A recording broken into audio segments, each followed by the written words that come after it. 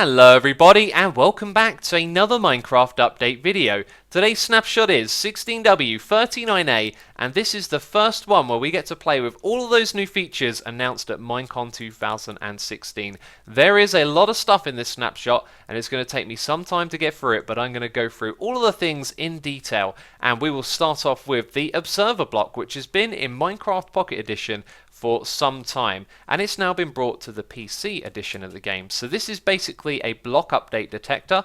It is going to detect that we have placed a block, create a redstone signal. It's going to detect that we have removed a block and create a redstone signal. Unfortunately, this doesn't work with everything. As you can see, opening and closing this fence gate, we don't get a signal over here, which is disappointing, but it does work with things like water. So you can see flowing water will update this thing, which is pretty cool. And then we've got a daylight sensor over here, which is detecting the change of.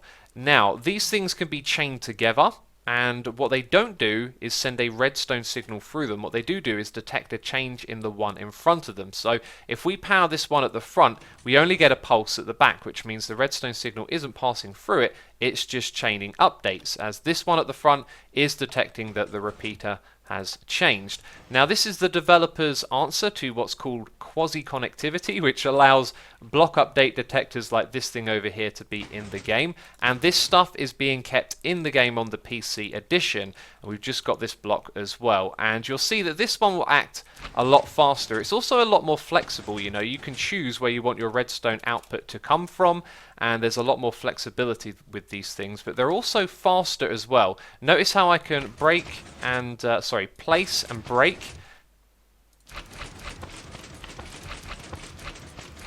and this has a fixed output for where the redstone can go.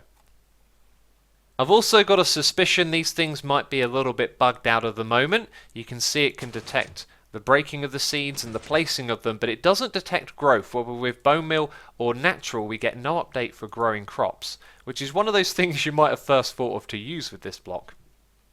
The observer block can also be placed facing upwards and downwards like this, and here is its crafting recipe. Now, you've probably noticed these fancy boxes over to the side here. These are the new Shulker boxes, a new type of storage in the game, which I think are incredible. And behind me is the crafting recipe for them. You need a chest and 2 Shulker shells. And you're probably wondering, well, how do we get Shulker shells? You get them by killing Shulkers. And I've done several tests, and I would say that it seems about 50% of the time or more you will get a Shulker shell. I don't know how many are placed there. Was it 9 or 10? Either way, we're going to kill them one by one. You saw we got one there. Didn't get one the second time, and let's go through and do these quickly. And the noises they make are just brilliant. There we go. So we got 6 from 9 or 10. So like I said, it seems to be about 50% or better of the time when you kill a Shulker, you're going to get a Shulker shell. Now over here we have a box that's been placed down on the ground. It keeps items inside of it.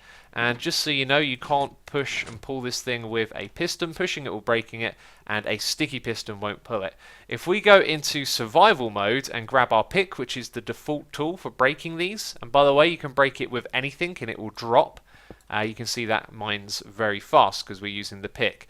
So when this thing is dropped, it is going to keep the contents. As you can see right there, it tells you what's inside of the box. So we open it back up and we've still got the items inside there.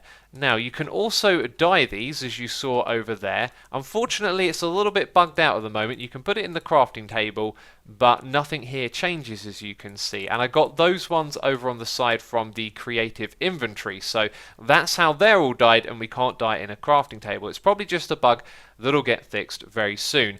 So anyway, these things can be broken and keep their items inside of them. As you'll see right here, we're going to break this one with a piston, and it will go into the hopper and get put inside of this dropper here. It's still got the lever inside of it and any other items that we could have put in it. So now we're going to power this thing, and we're going to send the item out into these hoppers, which will put it into this dispenser, which is facing upwards.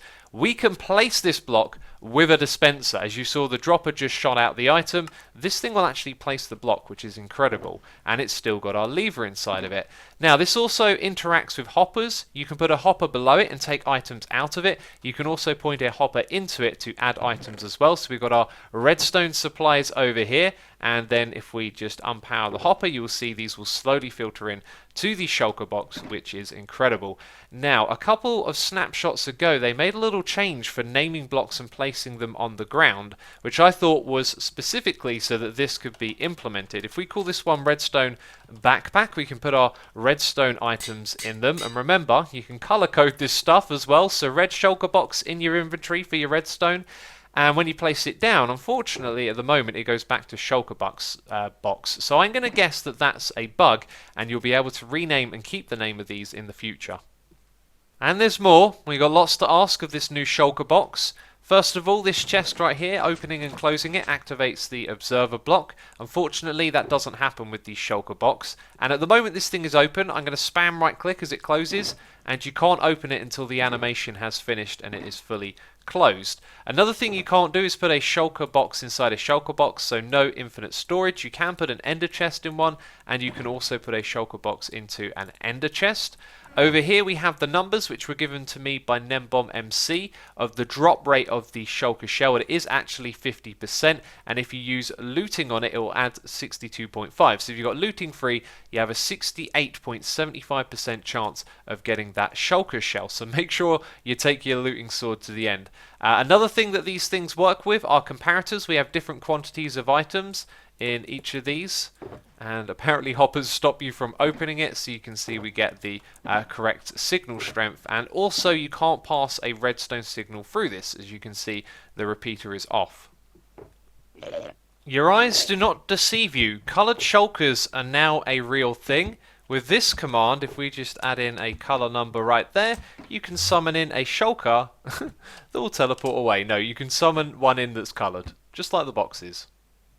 Next up, we have the cursed enchantments. These enchantments will be found on items that you can get in dungeon loot. There are only two at the moment, Curse of Vanishing and Curse of Binding. So binding means you can't unequip something. If it's on a sword, it doesn't seem to work. If we put it on a chest plate, you can see here, we can't unequip it. The other one is the Curse of Vanishing. So what we're going to do is we're going to kill ourselves, and this item will be gone forever. So when we respawn, the game crashes. Well, the game didn't save after I died, so you're going to have to take my word for it that this will disappear upon death. I guess these snapshots are just a little bit buggy, and I know some of you are going to mention the keep inventory game rule. They mentioned that at the minecon panel that they had thought of that, so this will disappear even if you've got keep inventory on. Next up, we have the cute and adorable llamas, and if you kill them, they drop leather. Of course, we're not here to do that.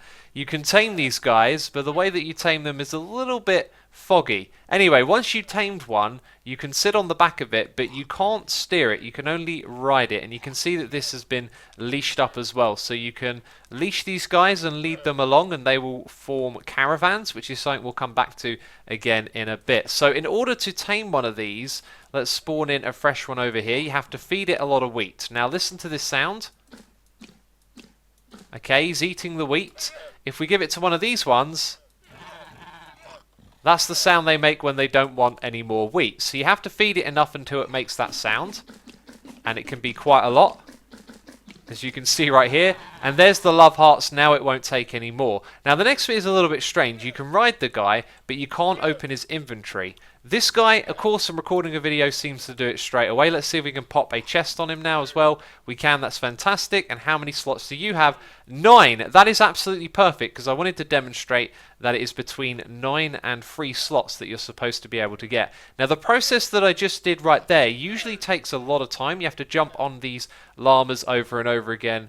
And yeah, it can be a little bit tedious. Let's try and open the inventory. That one has 6, and this one over here has 3. Now there are 4 different types of llamas. You can see I put them in a row. No idea if rarity is a thing, but these are the 4 different types.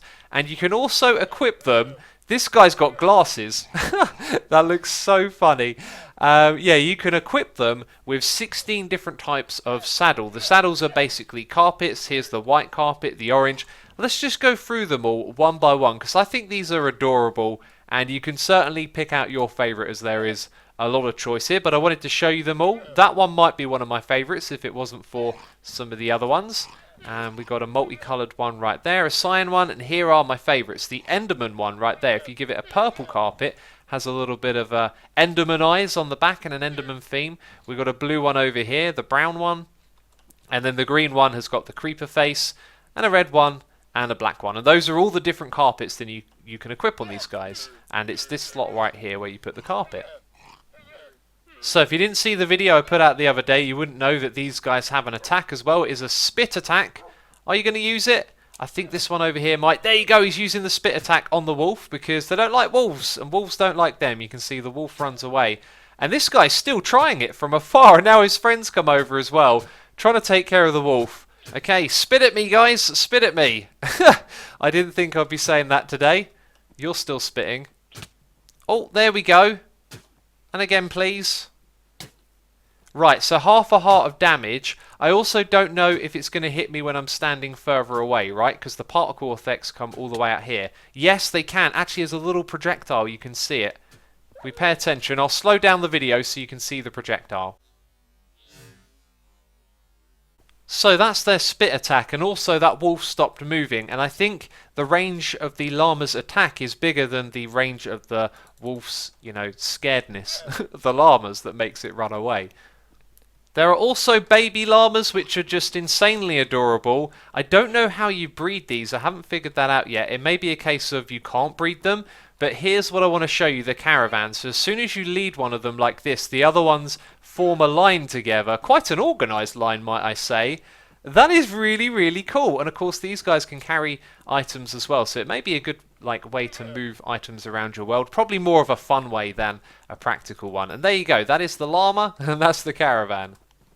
So we are far, far away from the centre of the end dimension, and here is an end gateway. This is actually one that I made myself though. You'll be able to find these in various places much further away from the rings of them around the centre, so that's a very convenient way to get back to the centre of the end after you've been out adventuring. And there's a new command as well which is extremely useful called locate, and we can use it to locate various structures. So you can see there the end city fortress, the new mansion which we'll look at soon, the mineshaft monument, stronghold temple and village. It can locate all of them, so when you use this it's going to tell you how far away you are from it, and you can see it's detected the one that's right over there. Now if you choose one that's for a different dimension, of course it's not going to be able to find it. Well, it looks like I've found the world's smallest end city dungeon to show you that maps now work in the end. This was tweeted out quite a while ago, and in this snapshot it has been implemented. Look at that. Maps in the end.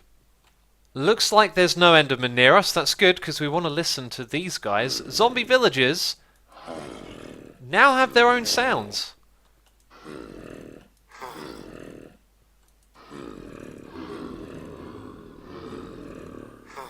Very creepy. Is one of the first villagers that I saw in this world, and it is the new type, the cartographer. The first trade is paper for an emerald, then we have compass for an emerald, and then it's some emeralds for an empty map, and then you unlock the two that you want from this guy, emeralds and a compass for the Ocean Explorer map, and the other one is the Woodland Explorer map. Now notice how this one has the same icon as a regular map, but the ocean one is slightly different. And if you haven't seen these yet, this is what they look like. Basically, they're showing you where the ocean monument is. In the top right, it shows you which direction you need to travel in, and also the size of that dot will indicate how far away you are. So the smaller, the further away you are, and then this is all unexplored terrain. So as you go through it, it will turn into a normal map like this. And the other one is the Woodland Explorer map, and this is the place we're going to next. You can see the circle is in the bottom left corner, and it's very small, and small means that we're further away. So anyway, we're going to do some travelling and head over to where this woodland mansion is. Thank goodness for that locate command. It is extremely useful, and here you can see the terrain being revealed, and there it is. I'm laying eyes on it for the first time. Okay, the entire thing has loaded. It is a 3-story building. You can see that the top story is significantly smaller, and sheep can spawn on top of it. That is fantastic. No, I don't know how they got up there. What we're going to do is go into spectator mode and have a look around together. Well, actually, I'll go around and then I'll show you the bits you want to see. So I've had a good look around this place, and there are different types of rooms on each different floor, and it looks like they may be procedurally generated, so each mansion would be unique. Now remember that we have night vision on right now, so this place isn't as spooky, we can see everything clearly, and I wanted to show you this because there are plenty of chests in this building. Most of them that you'll see are empty with two exceptions. There is one on the very top floor that is a loot table chest, and this is the other one. It's like a secret hidden chest, and I couldn't open it in spectator mode because it had to generate the loot first. Unfortunately, there was nothing good in there. So here's what I call the jail room, and here is the jail cell. Here we have the sapling room where you can find saplings in the chest. We have the wall room. There's nothing hidden in here, no secret chest or anything like that. The mushroom room. This also has a chest which always seems to be empty. This one I like to call the ladder room. There's also a pumpkin in it as well. Over here we have the forge room where there is lava and an anvil. And here's another variation of it where there is coal ore in the room as well.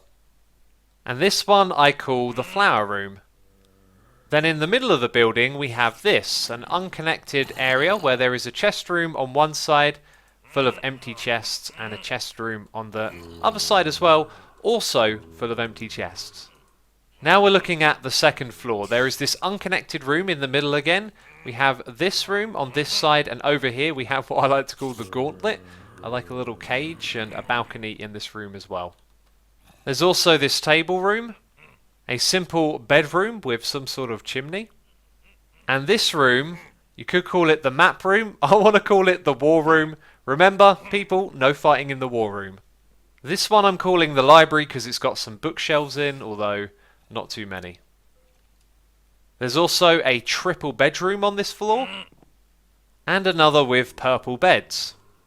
Then we have this glorious staircase which leads up to the top floor, and if we turn around here we can see the face of the Illager.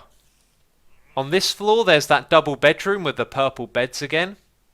A room with a giant or miniature chicken, depending on how you look at it. I had a look through here as well. You can see there's no secret inside. It's just a room dedicated to the chicken. We got a much bigger and grander lounge here with some bookshelves in as well. And on this floor there's also another map room. Then we have this, which sort of looks like an altar or a throne, but actually I think maybe it's a dining area. I'm not sure what this is supposed to be, but there it is. Also notice this guy and his special robe. We will get to the inhabitants of this building very soon now. Here's another one of these little rooms. All this one has is a seat and a flower in a pot. And then we have this secretive room right here, which I actually missed the first time around. It has a loot chest in it. And potentially this one being more valuable with a name tag and some diamonds. My suggestion, throw an ender pearl onto the roof and break the glass, get in here, and then get off with the loot. Last of all, we also have this master bedroom with some cupboards, and then this ladder leading up to the top, and here is another chest that was a loot one, so you can see not really anything good in there though. So now we're going to take a look at the mobs known as the Illagers that you may have seen roaming around inside of that building. And I'm not going to go into a crazy amount of detail here about their health and armor and attacks. What we're going to do is take a quick look at them using command blocks, then we're going to go inside and fight them. But one of the things that you'll probably want to know is if they respawn. The answer is no, they do not. These guys will spawn per mansion and they won't respawn again. This one here is the Evoker. There's only going to be one of these in the building. He's like the boss, and when you kill him you get the Totem of Undying, which we will get to in a moment. Now in the command block this guy is listed as Evocation Illager, and there is also the Evocation Fangs. So I believe this is one of the attacks that he uses, and you can see it's a little entity of its own right there, which you can't hit or interact with. Then the next one that we have is the Vindication Illager. This is known as the Vindicator, yet there's no other little thing here. That's just the way it's been programmed in. I don't know. Anyway, this guy will pull out an axe, an iron axe, when he wants to fight you, and sometimes he drops that iron axe, and he also drops emeralds as well.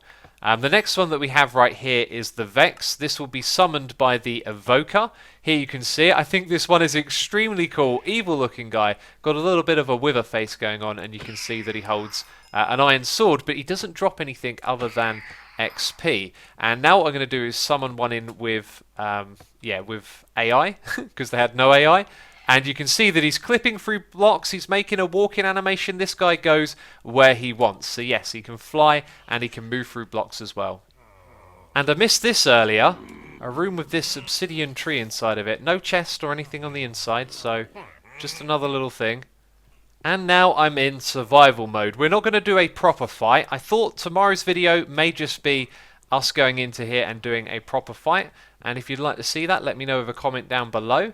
And anyway, I want to wander around here and find the Vindicator. Or sorry, the Evoker. There he is. This guy. Oh wow, look at that. So he raises his arms and there's particle effects for when he summons the Vex. And apparently, yep, there you go. Different coloured particle effects for each of the different attacks that he has, which I believe are just 2 of them. So there's the fangs, and now we've attracted loads of these guys. If you haven't figured it out already, I've got effects so I can't be killed. So let's just take down a couple of these guys. There we go. Leave me alone. And what I want to find out is, does a splash potion of harming work on this guy? Yes, it does. So he's not undead, and that, I guess, will heal him. This is extremely cool. The thing is, I can basically just kill this guy with 1 hit. Okay, so all attacks except that one can be blocked. These Vex guys, when they attack you, it's a melee attack, so if you hold your shield it will take damage, but the Fangs attack you can't block. Look at these Vex creatures. Notice how they flash red sometimes. Their texture also changes a little bit as well. I believe that they have a limited life cycle, so they can only be alive for a certain amount of time, and then they'll start to flash red, the texture will change, and eventually they will die.